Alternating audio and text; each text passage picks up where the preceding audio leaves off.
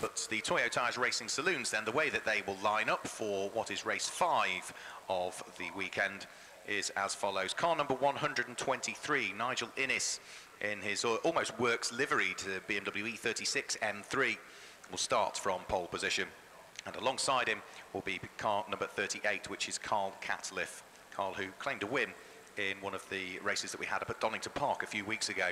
Row 2 of the grid is number 3, which is Stephen Pearson, and alongside him is 3 times a race winner so far this season, number 1, Stuart Waite. The third row of the grid is number 45, Darren Stamp, and alongside him is car number 177, the first non-BMW we have in the field, which is the Vauxhall Astra VXR of Peter Osborne. Row 4 is number 9, that's Brian Jones, another BMW, and alongside him is the Ford Fiesta, car number 161 in the hands of Cliff Pellin, with row 5 of the grid again being an all BMW affair. Car number 100, John Wilcox, the man who does lots of work behind the scenes of this series and of course behind the scenes of the Toyo Tyres production BMWs that we'll see out later on today for their qualifying session. He sits on the inside of the 5th row of the grid, car number 100, and alongside him is number 10, which is Roger Kneebone. The 6th row of the grid, car number 12, that is the Peugeot 205 of Jason Zenis, and alongside Jason is where we see car number 17, which is William Davidson. Row 7 of the grid, on the inside of the 7th row of the grid, it's the Jag XJS, car number 139, Chris Boone, and number 145, which is David Hunt's BMW, with row 8 of the grid being number 4, the addition to the programme we've just given you, Len Colley. And alongside him is where we see number 6, which is Mark Palmer. Row 9 of the grid, number 78, is James Salmon, and James Salmon has alongside car number 62, which is Andy Gay. Andy Gay at the wheel of his BMW. We're now heading into sort of Class F, which are the production BMWs. We'll see out concentrating on their main championship a little bit later on. Row 10 of the grid is car number 110, Sam Strong, and 350, which is Jamie Jeffrey. The 11th row of the grid, number 70, Matthew Newman, and alongside Matthew is car number 27, which is James Vickers, with row 12 being 141, the Mini, in the hands of Richard Ibrahim, and he's got alongside the BMW 1 Series, car number 120, Carl Graves. The 13th row of the grid, 67, Ian Francis, and car number 1919, that's Callum Noble, with the 14th row of the grid being car number 50, Kieran Lehane, and alongside Kieran is number 82, which is Steve Allen. And then the final row of the grid, cars that had problems this morning, one of which was number 22, Ross Stoner, who starts on the 15th row of the grid, and we'll check whether that car does indeed appear or not. And alongside him, a car that actually qualified out of session. We didn't see it at all in the main qualifying session. It arrived and had to do 3 laps over the course of that shortened lunch break. Car number 39, Mike Collins, will line up at the very tail end of the field. And as we look down towards that part of the track at the moment, let's just have a quick look. It looks as though, yeah, Mike Collins is indeed there, but I can't see Ross Stoner's car. Can't see the orange 3 Series there, so I think we may possibly have lost one. So, and in fact, there's also another gap on the grid as well, opposite Jason Zenis. So let's just have a quick look. That will be William Davidson, car number 17, that's not out his Class F BMW, but on the basis that it's a Class F car and he'll be concentrating on the production BMW Championship, it may well be that he opts to start from the pit lane and he's just beneath us where we can't quite see him. We'll keep an eye out for him. These cars will be straight off as well. There will be no green flag warming up for these cars because, of course, they do run a road tyre, and therefore we should see, once everybody is safely lined up, we should see the green flag being waved at the tail end of the field, and then we're able to get this 15-minute race underway here at Brands Hatch for the Toyo Tyres Racing Saloons. Nigel Ennis sitting on pole position, Carl Catliff alongside, and as we await the final countdown being made, we should very shortly get, hopefully, this race underway. What's the board that's being held up now? I can't quite see the order in which they're going up, so we're not that far away. That's the 5-second board going up, I think. So we are about to get this 15-minute race underway for the Toyo Tyres Racing Saloons. So we've had 2 different winners out of the 4 races we've had so far. Nigel Innes and Cole Catliff on the front row of the grid. The red lights are on, and as they go out, it's a very good start from Stuart Waite from the second row of the grid, who's already alongside Cole Catliff and got his nose ahead, but it's going to be Nigel Innes that leads as they head up towards Paddock Hill Bend for the first time. Stuart Waite trying to go all the way around the outside of Cole Catliff. These were the two drivers that took a win apiece at Donington Park, but Stuart Waite has come through up into second position. It was a fabulous start from him. However, Cole Catliff has been able to dive up the inside as they've gone in towards Druids for the first time, and Stuart Waite's got it all to do again now on the run down in towards the braking area for Graham Hill Bend. Side by side for second and third place. They're still side by side coming out of the corner, almost contact between the two of them as the rear-wheel drive BMW of Cole Catliff almost got out of shape, and that's compromised his run down the Cooper Straight and allowed the orange car of Stephen Pearson to sneak his way through. So Nigel Innes leads the race. Stuart Waite's there in second place, Stephen Pearson in third place, but under pressure from Cole Catliff, who's there in fourth position. Darren Stamp is in fifth place, and completing the top six, it's Brian Jones. So it's all the E36 M3s that are out front as they head over the start-finish line onto lap number 2 of the race, Alan. Stuart Waite's start was an absolute rocket, wasn't it? Absolutely perfect. No wheel spin, everything. It was just a launch, a real controlled launch off the start line. So he's still there in second place at the moment, but he's going to be side by side and defending that place from Stephen Pearson, who goes, he's got the outside line now as they come down from Druids. That's going to put him on the outside line for the left-hander at Graham Hill Bend. So Stuart Waite remains there in second place. Bit of a wiggle coming out of the corner. 4 cars contesting second place. All of that is allowing Nigel Innes to pull away and continue to pull away at the front of the field. He's already heading through clearways. The battle for second place is just heading into clearways now, and as they come through the corner, Stuart Waite has the advantage. He pulls out to the full left-hand side of the track on the run up towards Clark Curve, and then to the centre of the track over to the left for the approach to Paddock Hill Bend, defending the place because Pearson's all over the back of him as they go through Paddock Hill Bend, but it's still Stuart Waite in second place, Pearson in third place, and the battle for fourth place has now dropped back a little bit with Catliff still defending, and he's defending from the car of Darren Stamp just there behind, and then a bit of a gap before we've got the Golf livery number 9 machine of Brian Jones. So that's 4 cars contesting second place, a solitary 6th place car and a solitary leader, but the leader because he is solitary is able to put in the fastest lap of the race as well. 53.894 has gone the way of car number 123, he being the leader, making his way out of Clark Curve onto the Brabham Straight and about to conclude lap number 3. Yeah, Nigel Innes just pressing on really and starting to just pull away all of the time from this squabble that's going on for second, third and fourth place. Stuart Pearson in third place tries to brake as late as he possibly can to try and get himself alongside Stuart Waite, but of course as a result of braking that little bit later, he then carries a bit more speed heading in towards Paddock Hill Bend and can only get on the power that little bit later, so everything he gains on the way in, he sort of equalises itself on the way back out of the corner, and the orange car now of Stephen Pearson starting to come under a little bit more pressure from Donington Park winner, that being Cole Catliff. They look very lively on the tail end, don't they, these E36 M3s? Good cars, aren't they? They're perfect cars. So this quartet of cars for second, third, fourth and fifth position turn their way through Surtees corner. Again, Stephen Pearson has another nibble. A quick look up the inside of the number 1 car in the hands of Stuart Waite. The door is closed, correctly so, fairly so, by Stuart Waite, who now is going to have to defend again as they come onto the Brabham Straight. Over the start-finish line they'll go. And is this going to be the opportunity for Stephen Pearson to try and pick the pocket of Stuart Waite? No, still he remains in third position. As yet, he can't find a way past. And of course, he's now in that position where he needs to attack and defend at the same time. Yeah, not a position any driver wants to be in. And look at Catliff having a look at around the outside. So at the moment he's there in third place. Can he make the position stick? Yes, he can. So a really good manoeuvre there. Started on the way into Druids, and now he's having a look at second place as well.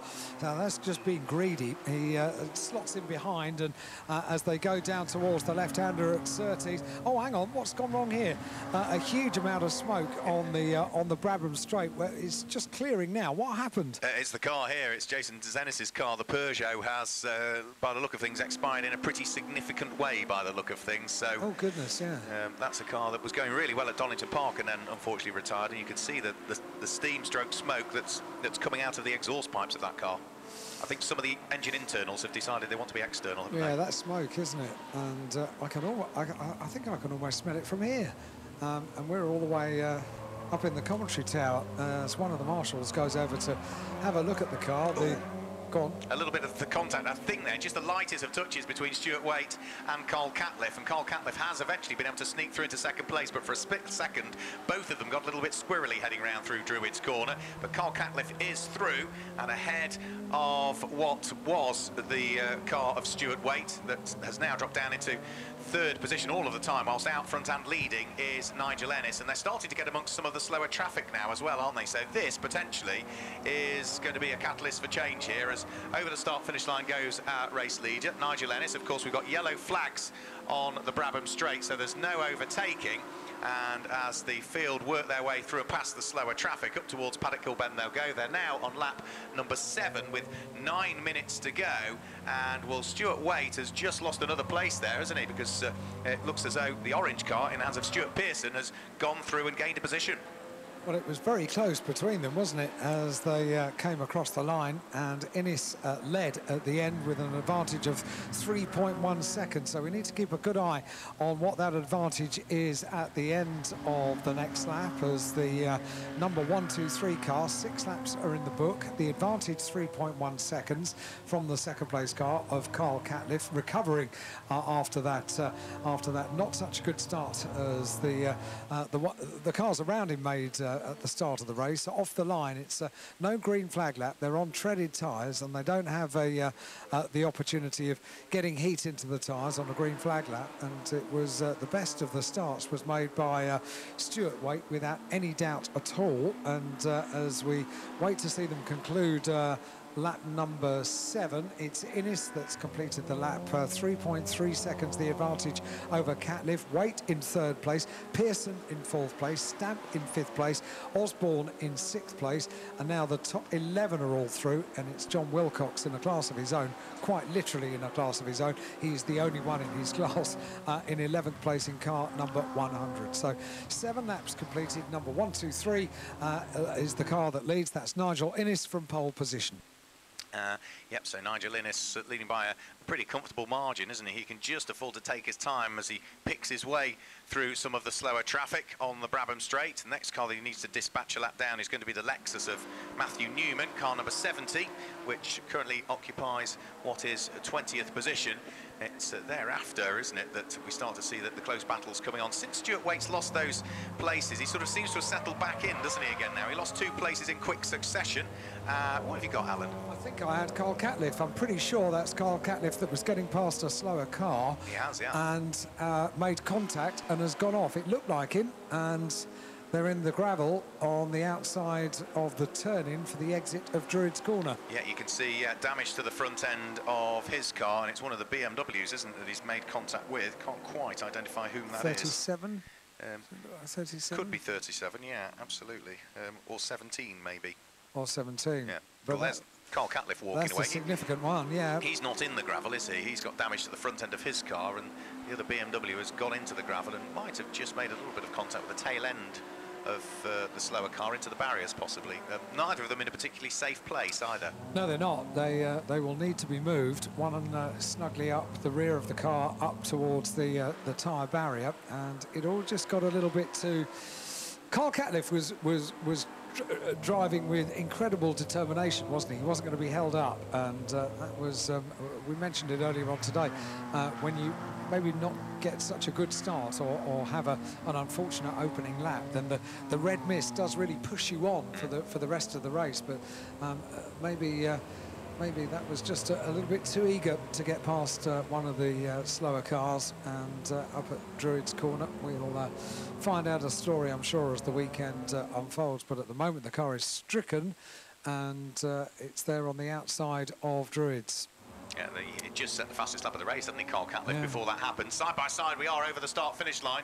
This is for what will be 2nd and 3rd position. Stuart Waite making sure that he hangs on to the position. Stephen Pearson looking to try and work the orange BMW up into 2nd place. Couldn't do it there. Won't be able to attempt to do it on the run-up towards Druids because of the waved yellow flags that are there. So it's still Waite that's 2nd. Stephen Pearson that's there in 3rd position. Darren Stamp at the wheel of the black and Dayglow car sits there in 4th place. They're a long, long way adrift of Nigel Innes, who is now, what, the best part of almost 8.5 seconds up the road, but equally as much, they've got a big old gap, haven't they, between themselves and then the next of the cars that sits there in 5th position. It's the first non-BMW we've got in the field as well, which is Peter Osborne's Vauxhall Astra VXR. He sits there in 5th position. 6th place is number 9, Brian Jones. 7th place is the Ford Fiesta of Cliff Pellin. Then it's Roger Kneebone, Len Colley and John Wilcox that complete the top 10. The leading production BMW, by the way, in the field is currently down in what is 14th position, that being kart number 6 in the hands of Mark Palmer. I still love when you see a car out on a race circuit with a registration number on it. It's a very cool thing, and not so cool when it's in the gravel trap, it must be said. But recovery taking place, a live recovery taking place up at Druids, and as soon as that is complete, then Druids will be back in action, so to speak, because at the moment it's pretty much an isolated zone on the circuit while that recovery is taking place of 2 cars. One of them has still got the fastest lap, Carl Catliffe, 53.891. 4 minutes of the race remaining. Nigel Innes continues to lead, and Stuart Waite, who got an absolutely blistering start, is still there in 2nd place, and his disadvantage has gone out by about a second on that lap, so 2.669 of a second behind in the traffic. Really not getting the best run of the traffic. The race leader, Nigel Innes, getting a very good run on that lap, so continues to lead and consolidates his lead as well. Yeah, I think the gap's ebbing and flowing between the two of them, because largely because Stuart Waite there met a slower back marker just as he got to the yellow flag zone, and a couple of times that's happened, and every time he's done absolutely the right thing. Sit behind the slower car, do not overtake until you've gone past the green flag, and as soon as he's past it, he's able to apply the throttle and squirt his way back through. Up towards the conclusion of another lap they come. There are just 3 minutes remaining on the clock, so I have a feeling we still might be under yellow flags when the checkered flag comes out here in this first of 2 races for the Toyo Tyres Racing Saloons. Over the start-finish line comes our race leader. Nigel Innes leads the race. We've still got Stuart Waite and Stephen Pearson pretty much together on the run up towards Paddock Hill Bend, but it is still the largely white and black number 1 car of Stuart Waite that hangs on to the position. Stephen Pearson is not going to be able to work his way through because they're heading up into that yellow flag zone again. And as they do so, are they closing in on the race leader? Let's have a quick look. No, visually to the eye, I thought they'd close the gap. It looked like it, I agree. It's come out by 2/10, hasn't it? It has, yeah, 2.869 of a second. Carl Catliffe is now back at the wheel of his car, trying to assist in the recovery of the vehicle, and you can see that he's still really upset about coming to grief in the gravel over there at Druids. His car is now just going out of shot, being recovered, but he's at the wheel of it and assisting in the recovery of that car. And you're quite right, with only 2 minutes and 10 seconds of this race remaining, we're still going to be actively recovering the car, the one remaining car up at Druids by checkered flag. So we've just got the indication there on the screen. Checkered flag has gone out. Yeah, it's come out with what was still a couple of minutes remaining on the clock, but on the basis of that we've got this incident out there that's still in the process of getting sorted, and it means that probably the best overtaking part of the circuit is currently under yellow. Sensible decision in some respects. Let's bring the yellow flag out, or replace it with the checkered flag, and chalk up a win, the first win this season for Nigel Innes in the Toyo Tyres Racing Saloon. So that's what some 5 races we've had. We've had 3 different winners in this series so far. It's not a championship, there are no championship points, it's just a series of one-off races in reality. Car number 123, Nigel Innes, claims victory by 2¼ seconds in the end from number 1, which is Stuart Waite. 3rd is where we find car number 3, which is Stephen Pearson. 4th position goes the way of number 45, Darren Stamp. 5th place is the first non-BMW home, car number 177, which is the Vauxhall in the hands of Peter Osborne. And 6th place is number 9, Brian Jones. 7th is 161, Cliff Pellin. In 8th place is number 10, Roger Kneebone. 9th place is 100, John Wilcox. And completing the top 10 is the Jaguar XJS, car number 139 of Chris Boone. In 11th position, that's where we see the number 39 car of Mike Collins, who worked his way from the very tail end of the field because he qualified out of session. So that was a good number of places, ticked off, what, 18 places he gained there?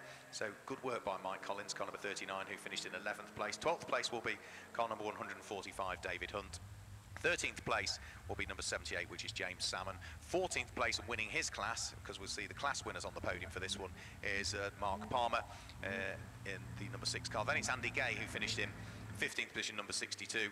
16th place was car number 110, and that is the car of Sam Strong. 17th place was car number 350, Jamie Jeffrey.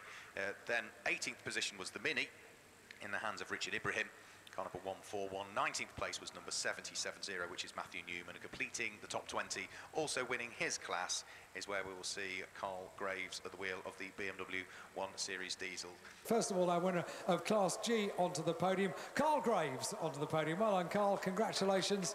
Standing by on the podium to make that presentation of a silver trophy, and it's in his hand. Well done. And a bottle of bubbly as well. And then to our overall winner, and the winner in Class A, Nigel Innes. Congratulations. Well done, Nigel. Onto the podium he goes, and big cheer for him as well, and lots of smiles over there on the other side of the pit lane. Gets his trophy and a bottle of bubbly as well. Does that mean, James, that they can hoover up all the champagne, or does it not quite work like that? Right, okay, very good. Well done, guys. No, just one bottle each, I'm afraid. Nigel, come down and have a very quick chat to us before we get the race underway. First of all, tell us about the start. It wasn't the best start, but it was a very good start. I can't complain. Yeah, I see they was on me quite quickly. I don't know what quite happened to two cars behind me. Stuart Waite got an incredibly good start. I thought I'd see a white car very close to me. I was expecting to see Carl there, but it was Stuart. Yeah, it was, and Carl dropped back and then managed to close up, and I think had a bit between his teeth, really, as he was making his way through the field. Yeah, that's Carl. Yeah, he's a hard charger. He really was. Yeah, I was expecting him to pass me at some point, but he didn't. But you can't get too bogged down looking in the mirrors and worrying about what everybody else has done, because you had an important job to work your way through traffic, because that part of the race, that phase of the race, happens pretty quickly, doesn't it? It does. I was quite concerned when I started seeing the yellows. I thought, oh, have I, passed someone on the yellow? But it was a bit of a nightmare. Yeah, there's so much to think about. It's a big grid. You don't get a green flag lap, do you? Yeah, you're trying to get your braking points right and looking out for yellows at the same time, and the other class cars you're passing, it's a lot to look out for. Can I just say as well, your car is absolutely beautiful. It's a real nod to the past, isn't it? It is, yeah. It's a copy of a original 90s touring car. They were the best days for me, so I copied it. It's absolutely gorgeous. It really is.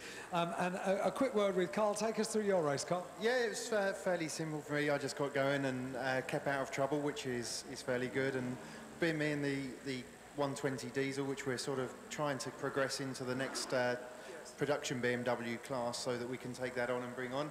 So it's a good-looking car. It's a really nice car, yeah.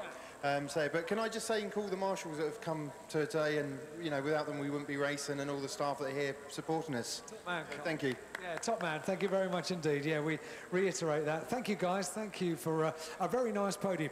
It only takes two to have a race, and it only takes two to have a podium. Two nice interviews there from our race winner, Nigel Innes, and also our G-Class winner, Carl Graves.